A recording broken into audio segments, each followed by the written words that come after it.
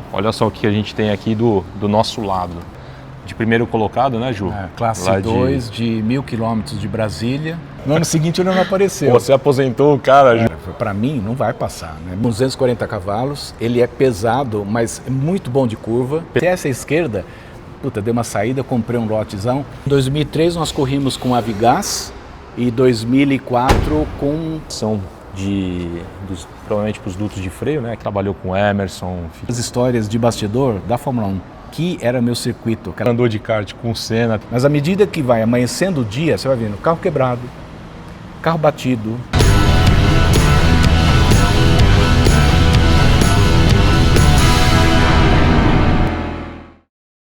Fala pessoal, tudo bem?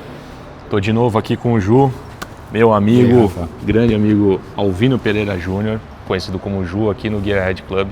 A gente está gravando hoje e como vocês já viram, olha só o que a gente tem aqui do nosso lado. Uma campeã aí das pistas, né? Um projeto muito especial que a gente teve aqui no Brasil e que o Ju participou disso, né? Escreveu parte da história dele junto com esse carro, né? E a gente está aqui hoje aí nas proximidades das 1.000 milhas de São Paulo, né? Grande Prêmio de São Paulo que está ganhando notoriedade cada vez maior, né? Isso é muito importante, muito legal. E esse carro aqui tem uma das linhas do currículo desse carro, algumas linhas estão escritas lá, né? E o Ju também está aqui para contar. A gente trouxe alguns troféus aqui também do Ju, esse aqui em especial de primeiro colocado, né, Ju? Classe 2 de 1.000 quilômetros de Brasília. Foi o feito dela, né? Uma vitória competindo com carros muito mais rápido, né? Sim. E aqui também 500 quilômetros de Brasília, 500 quilômetros do Rio, né? Do Rio Essa de Jacarepaguá, do finado Jacarepaguá, uma pena, mas né, enfim, tá aí. E está aqui segundo colocado da categoria 2. Então é um carro que tem muita história e andou também nas 1.000 milhas. Nas 1.000 milhas aqui de São Paulo. Esse projeto todo ele começa com o Kaique dentro da Fiat para mostrar a durabilidade do carro, que até hoje tem uma má fama, mas é totalmente injusta, né? Que é um carro que prova a durabilidade, a velocidade, a performance.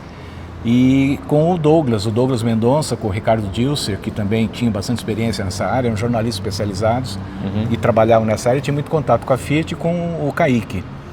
E todo o projeto foi feito para poder exatamente competir num campeonato brasileiro de endurance, provas longas, de durabilidade, onde tem velocidade e combinação com resistência, com durabilidade. E o Douglas me convidou, eu era o único não jornalista a participar disso em 2003, 1.000 quilômetros de Brasília. Estamos falando aí de 23 anos agora. Já tínhamos feito 1.000 milhas, na realidade 1.000 milhas é uma prova que até hoje é icônica, porque participa no calendário turístico de São Paulo, uma prova em comemoração à cidade, ao aniversário da cidade de São Paulo. E já tínhamos feito a prova de 1.000 milhas e competindo numa categoria até que injusta, porque andávamos, quem chegou na nossa frente só Porsche. Nós chegamos em quarto na categoria com 3 Porsche na nossa frente. Tirando os Porsche, vamos falar que ganhou, né? Ganhamos a prova, porque dos carros normais assim, né? Foi o primeiro lugar. Aí em Brasília, em 2003, tinha um piloto profissional da Fiat, que era o Cunha, que ele guiava rally, e fizemos uma prova, o Cunha, eu e o Douglas. Até criou-se uma certa rixa com o Cunha, porque ele era um piloto profissional e eu até então estava longe das pistas, não conhecia o carro, não conhecia a pista e trabalhava no executivo, um diretor de pós-vendas da Sopável, concessionária Volkswagen. E me convidaram, né, devo essa experiência fantástica, essa lembrança fantástica ao Douglas e o Ricardo Dilser, que pilotava e sabia que eu gostava também e andava. Uma coisa que eu sei fazer bem é pilotar. Mas chegando, consegui acertar. O carro não é um carro tão difícil de andar, né, de pegar a mão dele, e conheci a pista rapidamente e criou uma certa rixa com o Cunha, que ele era o profissional, né? E depois, durante a prova, ele dizia que eu andava rápido em cima do carro e debulhava o carro, acabava com o carro, que estragava o carro. E durante a prova nós tivemos uma experiência, ele largou, ele tomava tempo de mim, virava 2, 3 segundos mais lento. O combustível na tocada dele acabou 20 minutos antes que o meu. Ele andou 1 hora com o carro, parou, tivemos que trocar pastilha, pneu dianteiro e com menos tempo, ia andando mais lento. Eu entrei, consegui fazer 1h20, andando com o carro com pastilha nova, pneu novo. Andei mais tempo, virando mais rápido e deixei o carro pro Douglas. O Douglas pegou o carro naquela condição e terminou, sem trocar pastilha, sem trocar nada. Então os fatos ali deve ter dado uma burburinho no ano ali seguinte ele boxes. não veio. No ano seguinte ele não apareceu. Você aposentou o cara, Ju? Não, ele continuou lá no rally. Tô brincando. E aí no ano seguinte ele é um puta piloto, legal. Tá? Claro. Mas eu sempre que andei em provas onde tinha dupla, corri muitos anos com o Paioli. Nós tínhamos uma pequena rixa entre nós, mas na realidade nós tínhamos que competir pela equipe. Sim. Ser rápido e provas de endurance, você tem que ser rápido e proteger o carro, né? Sim. Não desgastar pneu, principalmente pastilha, principalmente motor. A prova de endurance é isso, né? Ela não pode... Você tem que ser rápido, mas você tem que preservar o carro. Então, parou menos, você já tem uma grande chance de... entrar só para abastecer e manutenção necessária. Se quebrou e tem que entrar, ou tem que entrar muitas vezes, como a estratégia de 2004. Aí, em 2004 nós mudamos, fizemos conta, fizemos uma estratégia diferenciada, competindo com o Ômega, com 300 cavalos, com as BMW, M3 também, que eram muito mais rápido que a gente. Aí nós montamos uma estratégia de andar o máximo possível e em detrimento dos Ômegas que paravam muito e as BMs que poderiam quebrar e quebraram, a gente teve chance de ganhar a corrida. E é o que aconteceu. Nós fizemos 2004, eu Douglas e o Ricardo Dilser, e para surpresa nossa, né, até na última parada que eu fiz para fazer uma abastecida rápida, a equipe me avisou que tinha um Ômega, nós estávamos em primeiro em 2004, em primeiro na categoria e com Ômega em segundo. E, aquela ansiedade, 1.000 km de Brasília, à noite, já fim de prova, na última volta, abrindo curva da Vitória, vem um Ômega e me passa. E eu não sabia que Ômega era. Para mim, não vai passar, né? Mesmo sendo mais rápido... 996 quilômetros, sei lá, não lembro quantos tem agora. Adrenalina, saindo, 1.000 km de Brasília, primeira curva, frenando por dentro, lambendo a lateral do cara, o cara não entendeu nada, veio, era muito rápido, me passou. Sei que nós trocamos tinta a volta inteira e eu passei na frente do carro. O cara acho que uma hora desistiu, né? Porque foi, esse louco vai destruir meu carro. Aí no parque fechado, paramos, né? Puta euforia, ganhamos a prova. O cara vem tirar satisfação comigo. Ele falou, meu, claro, né? O que te deu na tua cabeça, meu? Você, lambeu meu carro, arrancamos tinta um com o outro. Eu olhei pra ele e falei, 1.000 km de Brasília, na última volta, eu não ia deixar mole pra você. Ele falou assim, deixar mole? Eu tô 20 voltas atrás de você, quem tá em segundo é outro Ômega. Era outro carro, né? Era um outro Ômega. Foi uma história, um ficou marcado aí, 2.000 km de Brasília, 2004. E aí foi um puta sucesso, o carro realmente é muito bom. Eu te perguntar isso, Ju, do que você tem de memória de como é que é andar com esse carro? O que você... A sensação dele, assim. É um carro com 240 cavalos, ele é pesado, mas é muito bom de curva. Pesado naquele sentido de ser um carro estável. Você sente ele o carro, aponta, o cara, sabe, contorna, trazia muita segurança. Tanto é que, eu não conhecia o carro e não conhecia o circuito. Rapidamente peguei a mão do carro e fizemos performance muito boa. Não éramos tão rápido quanto os outros, porque os outros tinham muito mais potência. Mas para o carro, andava no limite muito bom e durável. Fizemos Jacarepaguá, fizemos tudo provas longas, né? Fizemos 12 horas de Jacarepaguá, se não me engano. Pinhais, fomos para Pinhais, Brasília, Interlagos também com a prova de 1.000 milhas. Mas o carro era muito na mão e muito seguro. Tá. E fácil de guiar. Então, não é diferente você pegar um protótipo ou pegar um carro que você tem que brigar mais com o carro, aí você cansa, precisa de uma condicionamento físico melhor. A lembrança que eu tenho dela é a melhor possível. Sabe, o carro que você entra, se concentra, freia super bem, tem um freio maior. Freava bem reto, bem estável o carro? Muito estável, apontava, fazia. Tem uma história do Douglas, acho que foi em 2004, se não me engano, que ele tem um painel original, né? E tem um velocímetro. Eu nunca olhei velocímetro. Sim. Eu sempre vou, obviamente, os indicadores, marcadores de temperatura, água, pressão de óleo e conta giro. Aí o Douglas para no box E falou assim, puta, meu, você viu? Ele faz a curva da Vitória a 190 por hora. Plantado. Também você vinha, apoiava e contornava, sabe? Você até abria. Mas ela tinha um acerto meio traseiro, assim, ela vinha com a traseira solta, não vinha... Neutro, bem neutro. Controlável, quer dizer, se você provocasse, você fazia o que você queria com ela. Que legal, um carro muito, muito fácil, muito na mão de guiar. E até por ser um carro mais longo, assim, não é um carro curtinho, né, com entre-eixos curtos, mas tem um peso no balanço traseiro.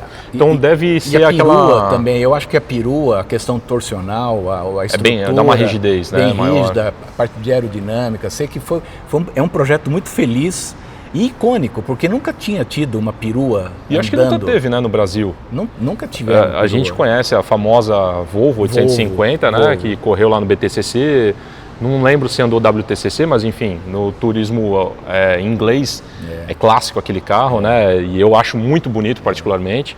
Mas aqui no Brasil, pelo que eu me lembro, essa aqui foi a primeira com certeza, mas ainda é a única que teve aqui correndo, né? Uma perua de corrida e com uma performance muito boa. Ganhar 1000 km de Brasília é uma prova icônica no calendário. Sim. É uma prova tradicional, como 1000 milhas, né? São provas longas, né? E esse carro aqui, Ju, ele foi feito, salvo engano, pela engenharia da Fiat mesmo. Foi feito dentro da Fiat. Foi um programa, vamos dizer assim, quiseram promover um programa para divulgar o carro, enfim, tudo, né? O Kaique, que era na época gerente de comunicação da Fiat, né? A ideia nasceu dentro da Fiat, foi todo construído dentro da Fiat. É um carro que era da frota de imprensa. E o Kaique, que tinha muita amizade, e tem até hoje amizade com o Douglas, com o Ricardo Dilser, com o Rica, eu chamo ele de Rica, né, carinhosamente, e assim como ele chama de Ju, eu chamo ele de Rica. O Dilser está na Volkswagen, né? Volkswagen, gerente de comunicação da Volkswagen. Teve 16 anos dentro da Fiat, depois Stellantis, é um cara super competente, ele com o Douglas conhece muito mecânica. O Dilser, ele cuidou daquela categoria... Linha, sim. Ele que montou, desenvolveu, legal. ele que fez todo o projeto. O Dilser tem uma característica, assim, ele trabalhava e tinha um registro dentro da Fiat como engenheiro, não tendo CREA. Pois é, imagina, os caras, como? É por notório saber, né? O cara isso acontecia muito na indústria, um tempinho mais para trás. Na Volks também, quando eu estive na Volks lá, tinha um pessoal que estava lá, que conhecia um monte, mas não tinha formação. Então você fala assim, cara, como é que isso... acontecia, pode estar né? envolvido no projeto desse, legal, porque você vê que hoje você vê que tem muito mecânico que conhece muito mais e sabe, e isso é comum acontecer do que quem o cara está na prática ali no dia a dia, do que quem estudou. Tem gente que faz engenharia, né? Porque gosta e tem facilidade, mas é ampla. Pode ser que trabalhe em produção, mas não conhece automóvel. Exatamente. Não conhece intimamente automóvel. É difícil você pegar um cara na engenharia automobilística que tenha a formação, né, teórica, e tenha o CREA e também conheça intimamente e desenvolva. Sim. Porque conhecer mecânica é uma coisa, agora você conhecer carro de corrida é outra história. É outra história. Performance, motor, parte de suspensão, acerto. E falando desse carro aqui, Ju, se eu não me engano, pelo que eu fui pegando de informação, inclusive do Douglas Mendonça, eu vi um lindo texto lá que ele escreveu. Douglas, queremos você aqui para a gente bater um papo. Ju já me ofereceu essa intermediação e com certeza eu quero, tá? Se você aceitar, estamos aqui, vamos falar bastante disso aqui. É um irmão de mãe diferente, ele vai vir com certeza. Ele tem toda a história disso e eu devo isso a ele e ao Rica, porque eu estava longe da pista, trabalhando como executivo de uma grande concessionária e sem a expectativa, já não tinha a minha oficina, então a expectativa de você ir para a pista, você tem que receber um convite de alguém que tenha a estrutura. Eles tinham a melhor estrutura possível, a Fiat por trás, com o Kaique e também com toda a estrutura de box, de preparador, envolveram a Bosch na época, o Jaime da Bosch que ajudou a acertar o motor na época. Depois esse motor foi ensaiado no dinamômetro da Mauá e acertado os pontos de comando com o Ico Tilento, foi o cara que puxou esse motor e deu a afinação final lá nesse motor no banco de provas da Mauá. Mas assim, tinha uma estrutura muito boa, a Fiat envolvida por trás, dando apoio. Então eu devo realmente isso ao Douglas e ao Rica de me convidar e proporcionar essa experiência vitoriosa. Sim, e eu consegui com a performance acrescentar com a experiência, mas o carro estava acertado. Eu juro que eu não opinei em nada no carro. Eu sentei no carro do jeito que estava, é isso aqui. Virava tempo com o que ele oferecia e vinha um bom tempo. E se eu não me engano, você pode me corrigir com relação a isso, mas isso aqui assim, é um carro que em questão de motorização é muito próximo do original. Ele é original, é um motor original. Bloco interno, tudo original. Tudo ele original. Tem uma, vamos dizer assim, o que hoje a gente chama de remap, que é uma reprogramação, né, um acerto, provavelmente um pouco mais de pressão de turbo. Eu não sei se tem a turbina trocada, alguma coisa, mas era um carro que não era tão forte. É um carro de 240 cavalos, né? É original. Focado em durabilidade. Maior, tá? Mais pressão de turbo, é um acerto de ponto de comando, um ajuste. Câmbio é original, tá? Câmbio super resistente. Nessas provas todas, nesses 2 anos, que são provas longas, e a gente obviamente andava em cima do limite do carro. Sim. Na corrida, obviamente, tirava um pouco o pé, trocava de marcha 500 giros menos, mas classificação e treino, a gente fazia o que dá o carro. Nunca tive um problema, uma quebra. Para não te falar que nunca, em Jacarepaguá, o Rica entrou num Brava que andava junto com ele. E ele falou, puta, vai na frente que eu quero ver mais ou menos como que é o seu traçado. Ele é muito rápido, o Rico é um piloto muito rápido. E piloto querendo mostrar, né? Aí começa, né? Adrenalina, né? O chifre cresce, a barra assim, escorre. igual a gente começou o papo aqui, é isso. Eles têm uma rivalidade que é bom pra gente se desenvolver como piloto, né? Na curva 1 de Jacarepaguá, do antigo Jacarepaguá, eu me lembro de fazer a curva 1. Que entra na reta, né?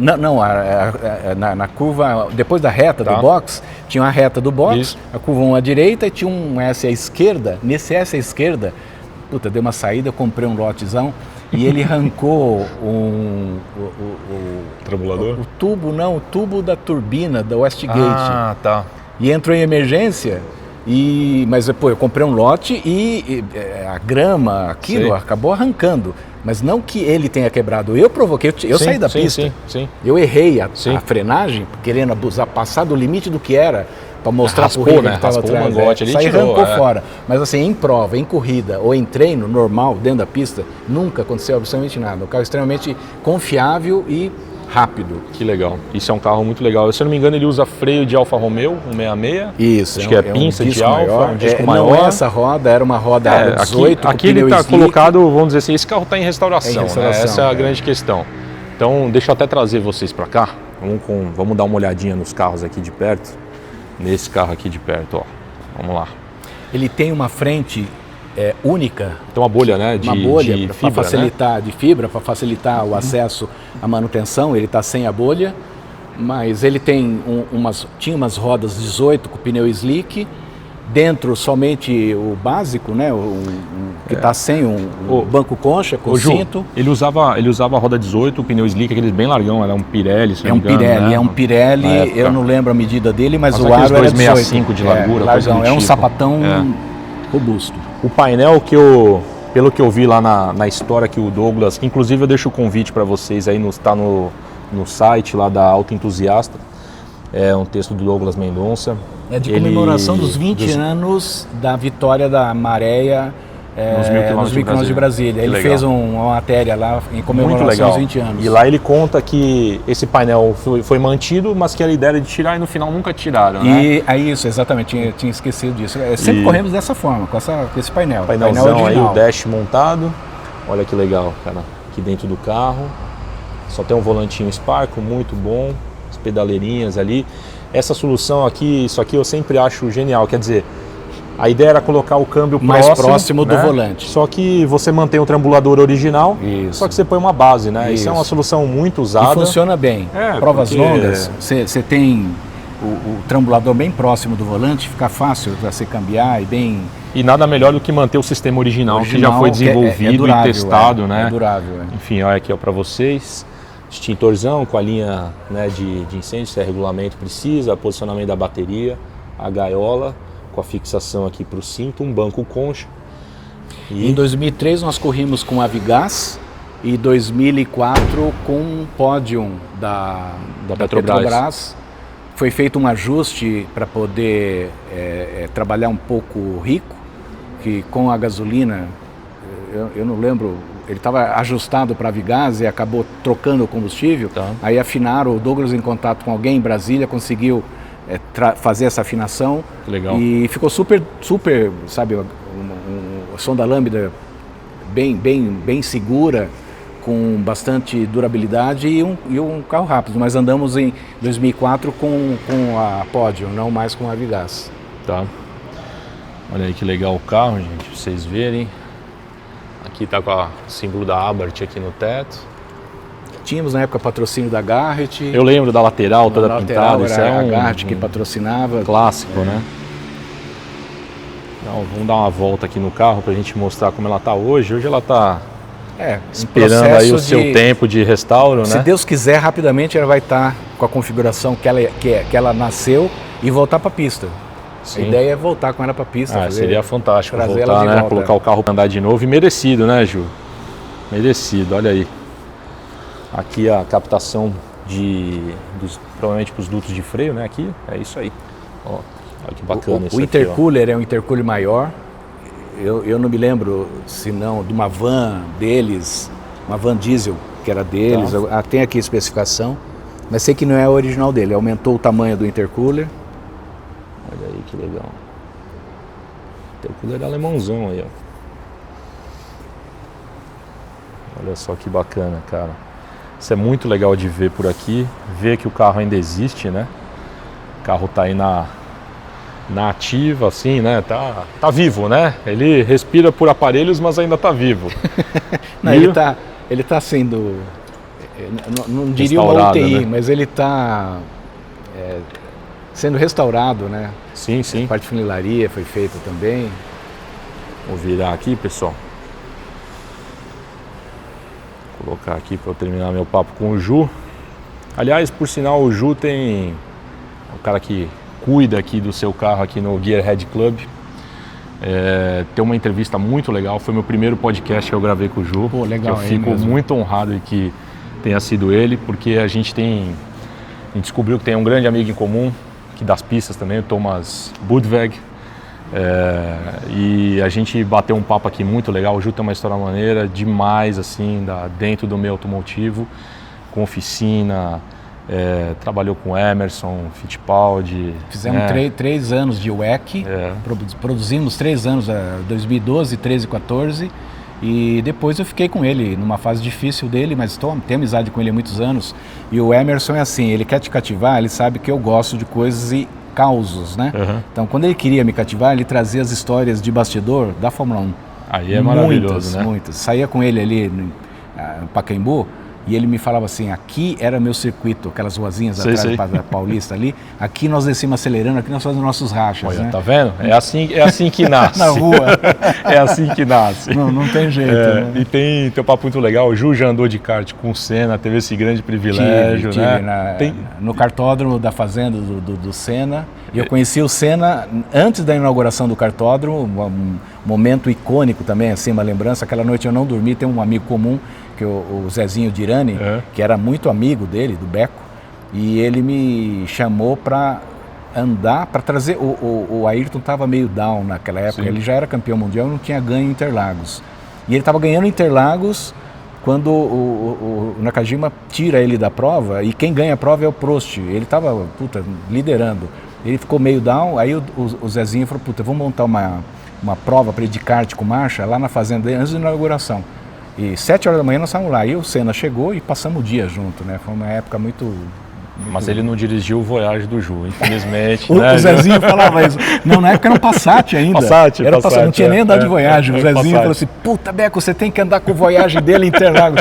E ele de Fórmula 1. Ele ria assim, meio fechado, mas assista. A gente tem um podcast aqui muito legal, peço que você assista aí, vou deixar o link aí na sequência. Bom, e aqui é isso, né, cara? A gente tem esse carro maravilhoso, o Ju contou essa história pra gente. Ju, pra gente fechar, que a gente tá nas vésperas aí da 1000 milhas e provas de endurance.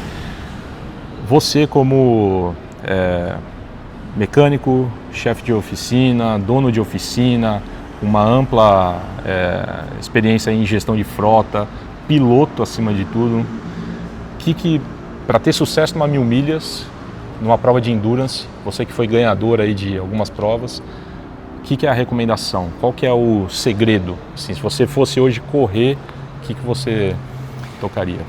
Ser rápido e não deteriorar o carro, ser rápido e constante. Como ser rápido e sem deteriorar o carro? Uma equipe que tenha pilotos que conheçam o carro, que sintam o carro, que saiba o quanto usar do carro sem deteriorar freio, pastilha, sem bater. Então você larga numa prova longa, normalmente o Douglas largava, era o piloto mais cuidadoso. Por quê? A largada de uma corrida longa, você numa disputa de lá com 70 carros, se não me engano, no Interlagos agora, 7.5, se não me engano, né? Você imagina uma largada à noite com 75 carros, né?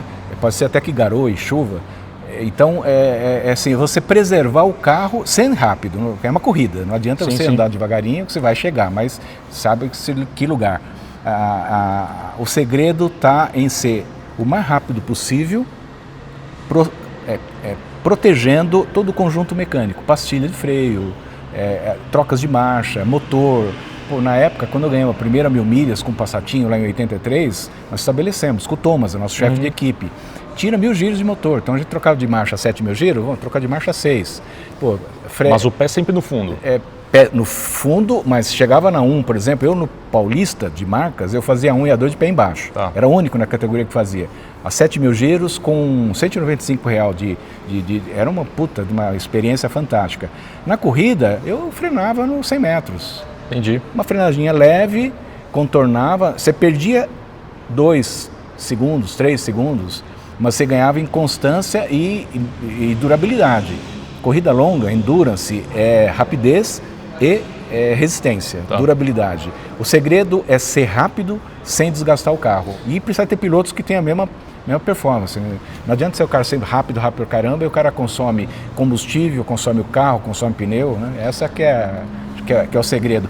Eu me lembro muito bem, prova longa, você larga, né? Nunca andei com um carro que andasse em primeiro lugar na corrida. Você anda na categoria entre os primeiros, mas à medida que vai amanhecendo o dia, você vai vendo carro quebrado, carro batido, você vai subindo. A Maréia, se não me engano, largou em 44º na primeira 1000 milhas dela e chegou em 12º na 1000 milhas. Quarto na categoria, com 3 Porsches na frente, 3 Porsche GT3, que eram muito mais rápido que a gente. Então o segredo é ser constante, rápido e constante. E entrar o mínimo no box possível, entra para trocar pneu, se necessário, abastecer e trocar piloto. E usando uma rotação até mais baixa, você gasta menos combustível, ou seja, você consegue... Melhor autonomia. Espaçar as paradas para reabastecimento. Você consegue 1, 2 voltas, 3 voltas. Sem esfregar muito na curva, quer dizer, você começa mais redondinho, possível, constante. Isso não é todo mundo que tem essa condição, esse conhecimento de pilotar, de ser rápido e também preservar o carro, preservar o equipamento, né? O segredo é não entrar no box além do que é o necessário. Maravilha. Aí a voz de quem conhece, domina carro e domina o carro não só na pilotagem dentro dele, mas de cuidar do carro, de manter ele em condições boas condições de dirigibilidade. E convido você para se inscrever aqui no Cruising Brasil, acompanhar a gente. Se você gostou desse conteúdo, comenta aí embaixo, fala o que você achou, se você gostou de ver aqui mais uns detalhes Maré, o que você gostaria de ver.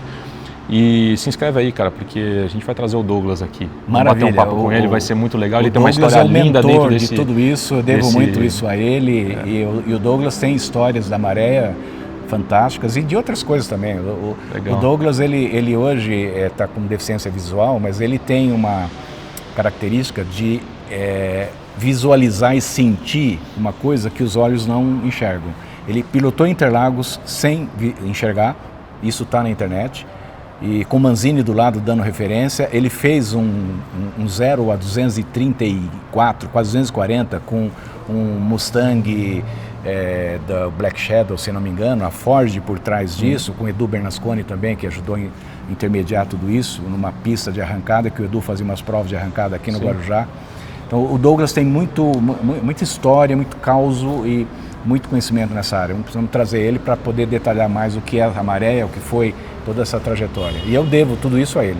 Bom, maravilha. Obrigado, pessoal. Ju, obrigado mais uma vez. Obrigado a você. Feliz em ter você por perto, como meu amigo. E é isso aí, pessoal. Valeu.